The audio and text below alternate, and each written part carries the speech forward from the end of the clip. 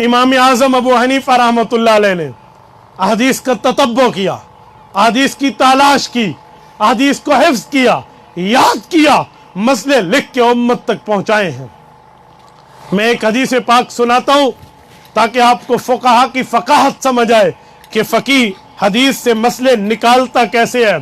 सुनो, आपको और मुझे ये ज़मीन लगती है, मट्टी है, ज़मीन है, लेकिन साइंसदान आएगा, मशीन लगाएंगे, खुर्दबीन लगाएंगे, दूरबीन लगाएंगे, वो कहेंगे यहाँ पेट्रोल है, यहाँ डीजल है, यहाँ सोना है, यहाँ चांदी है, यहाँ तांबा है, यहाँ पीतल है, वो बताएंगे।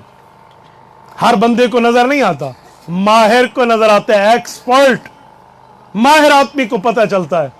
इमाम अबू हनीफा सहाबा का शागिर्द है, माहिर है। आपको और मुझे हदीस मिलती है, वो हदीस के अंदर से मसले निकाल के ले आता है। सुने कैसे, मैं एक हदीस पाक पेश करता हूँ। उखिज़ मिन्हु मिअत मसलतन, इमाम ज़करिया रहमतुल्लाह अलैह ने अल कंज़ुल मुतवारी के अंदर इस हदीस में लिखा है कि 100 मसले फ़ुक़हा ने इससे निकाले हैं। इमाम हाफ़िज़ इब्न हजर अस्क़लानी अल मुतवफ़्फ़ा 852 हिजरी ने फ़तहुल बारी की 7वीं जिल्द में लिखा है उखिज़ मिन्हु 60 मसलतन, इससे 60 मसले निकले। हदीस कौन सी है? अल्लाह के रसूल आए, हज़रत अनस इब्न मालिक के घर आए। सैयदना अनस इब्न मालिक रज़ी अल्लाह अन्हु के छोटे भाई थे, उनकी एक बुलबुल थी, अरबी में बुलबुल को बुलबुल कहते हैं। वो बुलबुल मर गई तो अल्लाह के रसूल आए, हुजूर पाक ने उस बच्चे से कहा, या अबा उमैर मा फ़अलन नुग़ैर, ओए अबू उमैर तेरी बुलबुल का क्या बना? सुनो सुनो, तवज्जो। उखिज़ मिन्हु 60 मसअलतन, 60 मसले इस हदीस से निकले। आप कहेंगे कैसे? मैं उम्मत का खतीब नहीं हूं कि 60 कहूं, मैं उम्मत का वकील हूं, मैं दलील देता हूं। सुनिए कैसे निकले। पहला मसला, मैं चंद मसाइल बताता हूं ताकि आप समझे फ़ुक़हा हदीस से मसाइल निकालते कैसे। पहला मसला, या अबा उमैर, छोटे बच्चे की कुन्नियत रखना जायज़ है। हालांकि अभी उसकी शादी नहीं थी तो उसका कोई उमैर बेटा नहीं था, पता चला बच्चा छोटा हो, अबू के नाम से उसे पुकारा जा सकता है। दूसरा मसला निकला, रसूल अक़दस ने बच्चे से बात की है, पता चला बच्चों से हंसी मजाक और गुफ्तगू बड़ा आदमी करे तो जायज़ है। यूं नहीं हो जंग जंग रख के मुच्छा ते तेल ला के मुच्छा वटा के बैठा हो, मैं तो बाला नाल वेंदा ना ना। ये पता चला जब इमामुल अंबिया बच्चों से यूं बात करके गपशप लगा सकते हैं तो ऐसा हुजूर तो वड्डे नहीं, ऐसा हुजूर तो जुतियां दिखा की नहीं। तीसरा मसला क्या निकला? तीसरा मसला निकला कि अगर कोई जानवर फौत हो जाए, कोई परिंदा फौत हो जाए तो उसकी भी ताज़ियत करना जायज़ है। नहीं समझे?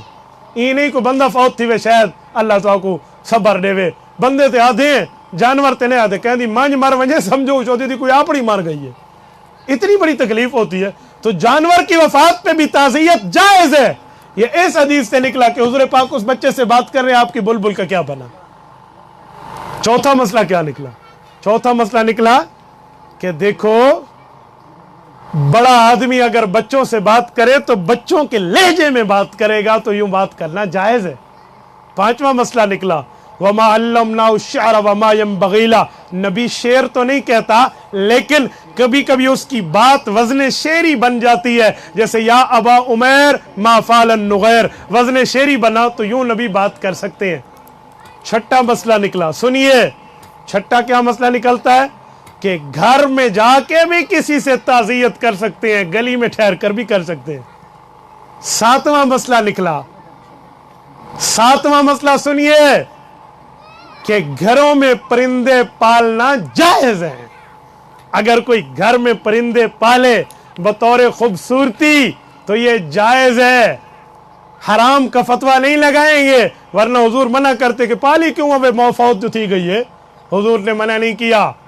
आठवां मसला निकला है, ठीक है। आठवां मसला क्या निकला?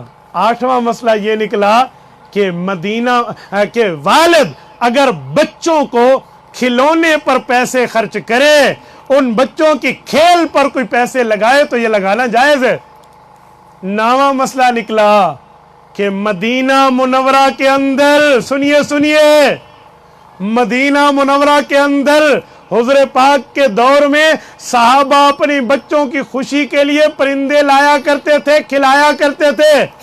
10वां मसला निकला कि ये परिंदा मदीना का था, बाहर का नहीं था। मक्का मुकरमा का शिकार करना जायज नहीं है, लेकिन मदीना में शिकार जायज है, इसीलिए तो शिकार किए। 10 मसले हो गए। इमाम अस्कलानी कहते हैं खुज़ मिन्हु 60 मसअलतन, 60 मसले निकलते। तो ये फकीह होता है। ये इमाम अबू हनीफा की फिक़ह में आएंगे तो पता चलेगा हदीस से मसला निकलता कैसे है। ये मैंने कहा ना, हमें जमीन लगती है, खुर्दबीन सहजान की बताएगी कि इसमें क्या है। तो इमाम अबू हनीफा की फ़क़ाहत बताती है कि इस हदीस पे अमल करना कैसे चाहिए, छोड़ना कैसे चाहिए। अब देखो इंजेक्शन है, इंजेक्शन से रोज़ा टूटता है, कुछ लोग कहेंगे टूटता है, कुछ कहेंगे ये जो इंजेक्शन क्या कहते हैं इसको, पेस्टो में स्तन कहते हैं, हाँ, तो इससे रोज़ा टूटता है या नहीं टूटता। कुछ कहेंगे टूटता है, कुछ कहेंगे नहीं टूटता। आओ बाबा जी इमाम आज़म अबू हनीफा के दरबार पे हाजिरी दो, मसला हल हो जाएगा। इमाम साहब के दौर में जो इंजेक्शन था ना वो कोई और था। मौलाना 1 मिनट मुझे हाथ दिखाएं। उन दौर में जो इंजेक्शन था वो ये तो नहीं था कि नीडल यूं अंदर डालें, वो दवाई लगा देते थे, जिस जगह दर्द होता उधर दवाई डाल के यूं सुइयां मारते तो दवाई अंदर चली जाती। ये पुराने ज़माने का इंजेक्शन था। इमाम साहब के दौर में रोज़े के साथ ये मसला पेश आया कि अब रोज़ा टूटता है या नहीं टूटता।